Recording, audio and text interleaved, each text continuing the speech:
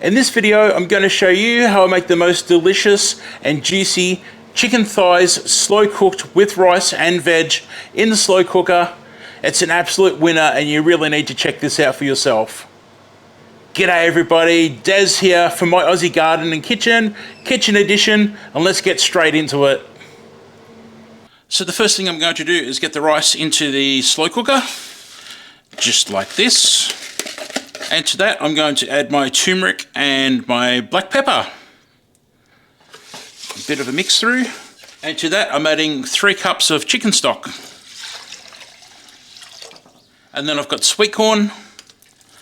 That can go in now. Alright, so I've just mixed that through. Got it all mixed up evenly. And finally I'm adding 3 sliced carrots. Now I'm mixing this on the stove with this camera set up here so you can see how this part goes.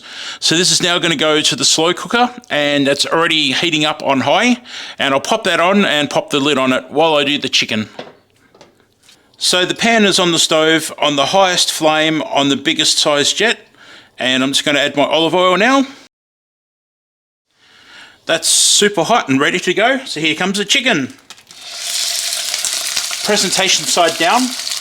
So if there was skin, the skin side would be facing down. I'm using chicken thighs today, but by all means, if you want to use chicken breasts, you do that. But I really do recommend thighs over breasts because they're a lot juicier. I'm just going to add a pinch of salt to the chicken, just to give it a bit of basic seasoning. Not too much because there's salt in the chicken stock that I'm using, and just a little bit of ground black pepper. Not too much. I've already got some in with the rice. Now the purpose here is to colour the chicken and get some flavour into the pan. I'm not cooking the chicken, that's what the slow cooker is going to do for me. Okay, it's time to turn them over. And we're just going to get a little bit of colour on the bottom side now. And the reason I want a little bit of colour on the bottom side is because basically colour means flavour. So we want to caramelise those natural sugars and flavours that are in the chicken, and by giving it a bit of colour, it does that job. And it's just a matter of taking the chicken and putting it into the rice. Now I'll take a couple of the pieces, or a few of the pieces, that are a lighter colour, and stick them down into the rice just a little bit, just so they can get in there and basically add some flavour to that rice as it's boiling, getting that flavour directly from the chicken thighs. Because this is cooking slowly, this is going to be cooking by the absorption method, so I don't need as much water as I normally would when cooking rice in a pot, for instance. So we'll take this back and we'll take that over to the slow cooker and get that cooking again on that heat in the slow cooker. I'll turn on my flame onto high, and the pan with all those chicken juices and residual oil and fat are now going to heat up, and I'm going to fry off my onions and deglaze it and bring out some beautiful flavours.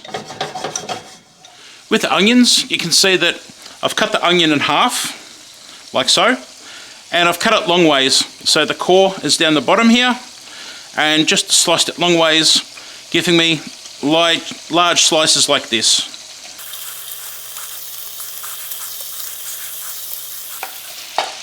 Just going to spread out those onions, breaking them up with the spoon as I go along, just so they can cook evenly. You might be able to see little bits of chicken fat floating around in there from the chicken thighs.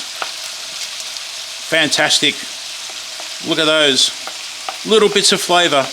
It's been about 3 minutes now, and the onions are starting to go transparent and take on a bit of colour from the bottom of the frying pan. So I'm now going to grab my bay leaves. These are from my own garden, picked them myself just before starting the recipe. And I've got some fresh thyme, and again, freshly picked from the garden, and I'm just going to leave the thyme on the stalks, leave them whole, and give them a bit of a toss around in the onions. When serving this later, you will have to pick out the thyme stalks. If you don't want to do that, just strip the thyme off the stalks beforehand and away you go.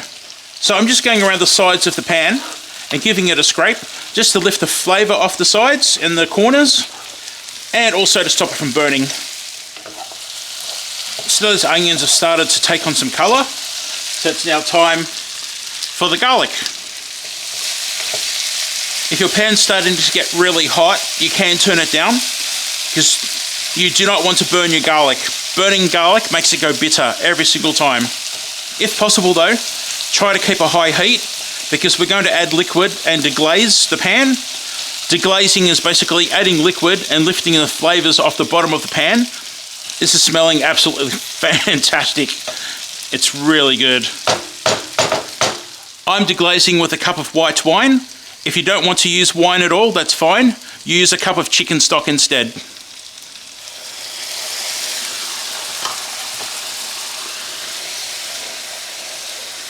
Just stir that around. Scrape the sides and the bottom to lift those flavours off the pan.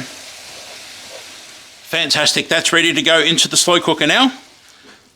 Here we go, here's our chicken and rice mix. So the final step is to get those beautiful flavoured onions and herbs and wine into the pot, the slow cooker. I'll actually use a spatula like this, just so I can scrape every bit of flavour that I can out of the pan. And then these onions and herbs just get pushed down in between the chicken pieces like that. I'm just trying to spread the bay leaves out so they're evenly distributed in the liquid amongst all the food.